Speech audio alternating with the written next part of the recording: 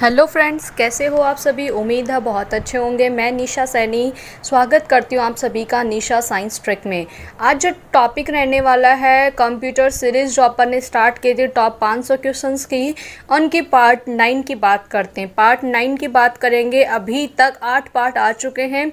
उनको अभी तक जिन्होंने वॉच नहीं किया है प्लीज़ उनको वॉच करिएगा। देखो, ये 10 मिनट की क्लास होती है, लेकिन ये 10 मिनट आपके लिए बहुत ज़्यादा इम्पोर्टेंट है, क्योंकि इनसे बाहर कंप्यूटर के क्वेश्चंस कुछ भी बाहर नहीं जाना है।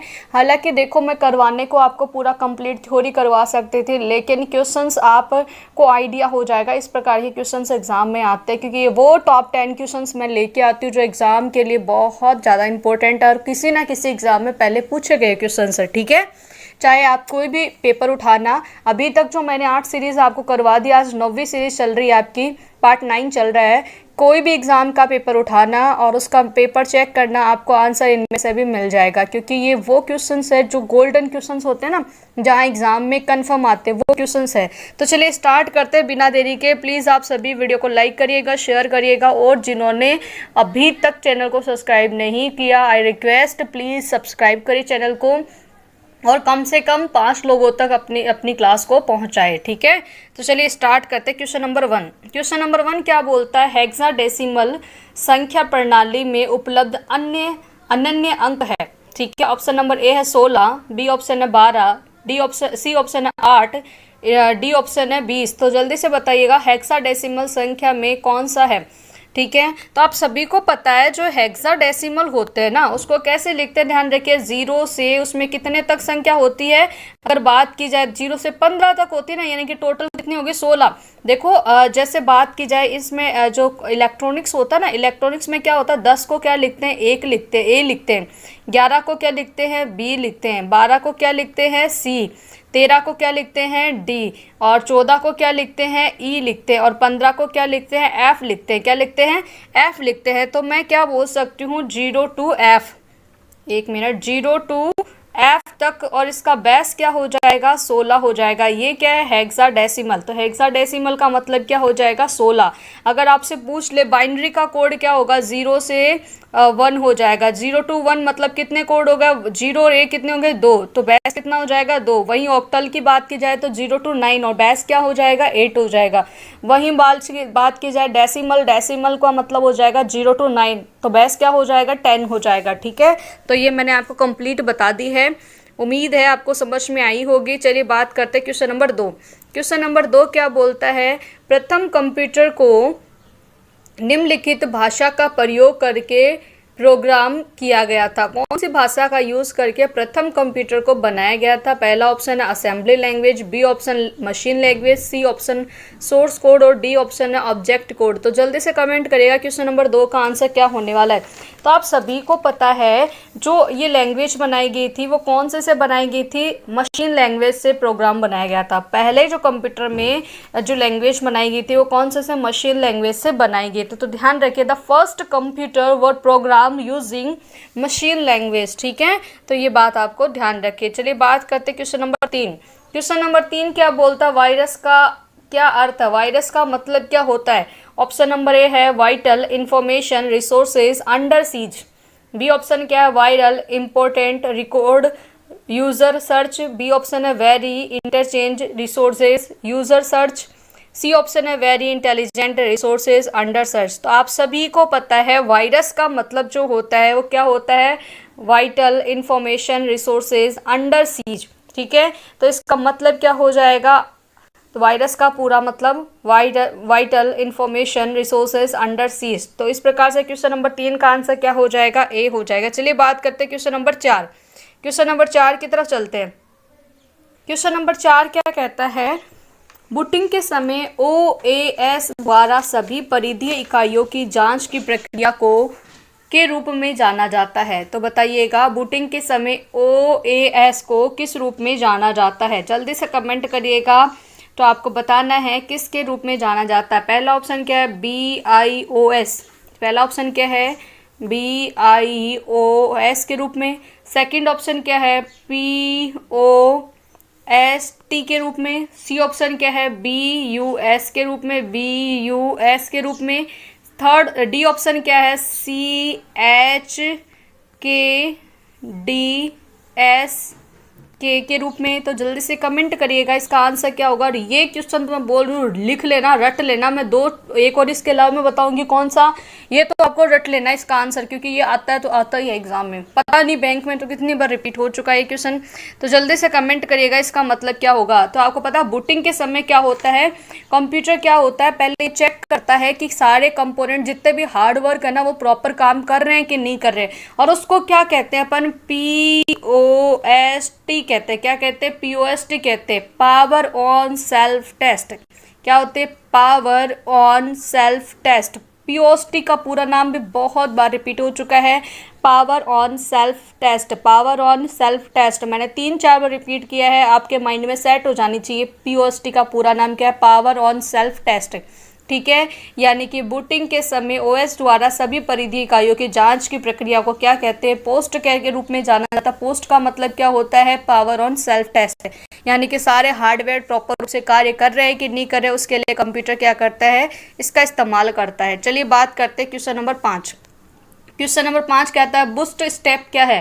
क्वेश्चन नंबर 5 क्या बोलता है, बूस्ट स्टेप क्या है। ऑप्शन नंबर ए है एक मेमोरी युक्ति है, बी ऑप्शन है कंप्यूटर को अवलंब प्रदान करने वाली एक युक्ति है, सी ऑप्शन बोलता है एक त्रुटि सुधार तकनीक है, डी ऑप्शन बोलता है कंप्यूटर चालू करने के लिए एक छोटा इनिशियलाइजेशन प्रोग्राम है। तो जल्दी से बताइएगा इसका आंसर क्या होगा। तो आप सभी को पता है जब कंप्यूटर स्टार्ट होता है ना, उसके पहले क्या करता है, कंप्यूटर बूस्ट स्टेप करता है। ठीक है, तो कंप्यूटर को स्टार्ट करने का एक क्या है, एक छोटा सा इनिशियली प्रोग्राम है। ठीक है, जिसको क्या कहते हैं, बूस्ट स्टेप कहते हैं। ये भी बहुत इंपॉर्टेंट है। ठीक है, सीधा आता बूटिंग क्या होती है वो यही है। ठीक है, चलिए बात करते हैं क्वेश्चन नंबर 6 की।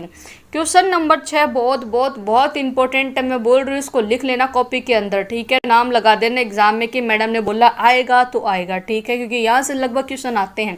तो MS पावर पॉइंट का फाइल एक्सटेंशन क्या है, MS पावर पॉइंट का फाइल एक्सटेंशन क्या, नंबर ऑप्शन नंबर ए क्या, .jpg, B option .xls, C option .ppt, D option .exe।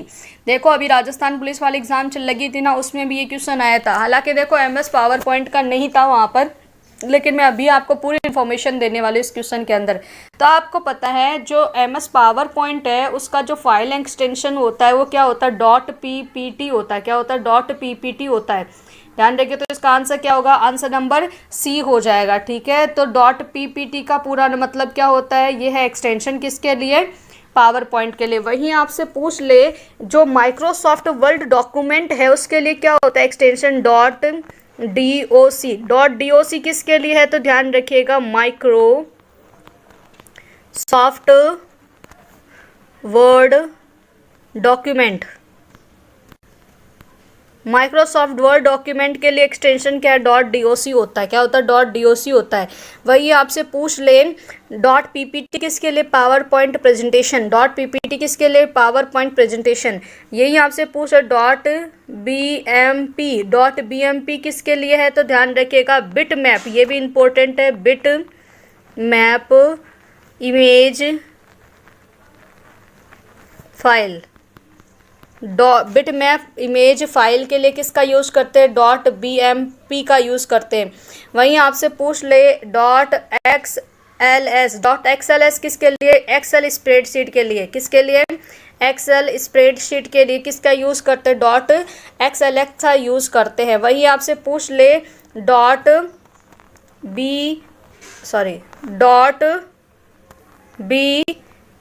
किसके लिए यूज़ करते हैं, तो ध्यान रखिएगा बैकअप फाइल के लिए। किसके लिए, बैकअप फाइल के यूज़ करते हैं। और .exe किसके लिए, विंडो एक्सेल करते हैं।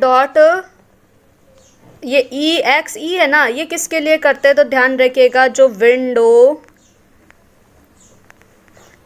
एग्जीक्यूटेबल की फाइल के लिए, विंडो एग्जीक्यूटेबल फाइल के लिए किसका यूज़ करते हैं, तो ध्यान रखिएगा .exe लिखते हैं। मैंने अभी आपको सारी बताया। .ppt किसके लिए, पावर पॉइंट प्रेजेंटेशन के लिए। .doc किसके लिए, माइक्रोसॉफ्ट वर्ड डॉक्यूमेंट के लिए, यानी कि MS वर्ड के लिए। .bmp किसके लिए, बिटमैप इमेज फाइल के लिए, .xls एक्सेल स्प्रेडशीट के लिए, .bak बैकअप फाइल के लिए, .exe विंडो एक्सिक्यूटेबल फाइल के लिए। तो इस प्रकार से क्वेश्चन नंबर 6 का आंसर क्या हो जाएगा, सी हो जाएगा। क्या हो जाएगा, सी हो जाएगा। चलिए बात करते हैं क्वेश्चन नंबर 7। क्वेश्चन नंबर 7 क्या बोलते हैं, यदि हम एक ब्रॉडबैंड कनेक्शन साझा करना चाहते हैं, हम एक नेटवर्क पर एक खालिस्तान स्थापित करना होगा। क्या स्थापित करना होगा, मैं वायरलेस कनेक्शन के लिए क्या स्थापित करना होगा। Option number A router, B option है मोडेम, सी ऑप्शन है केबल, डी ऑप्शन है नोड।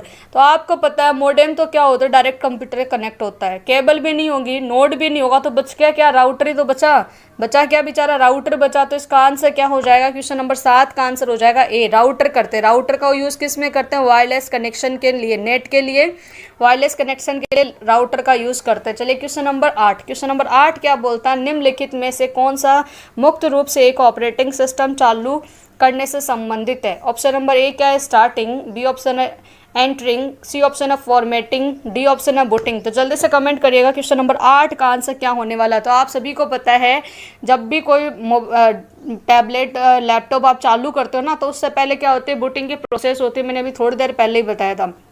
बूटिंग का मतलब क्या होता है, सब चीज़ें प्रॉपर है कि नहीं है उसके लिए बूटिंग करते हैं।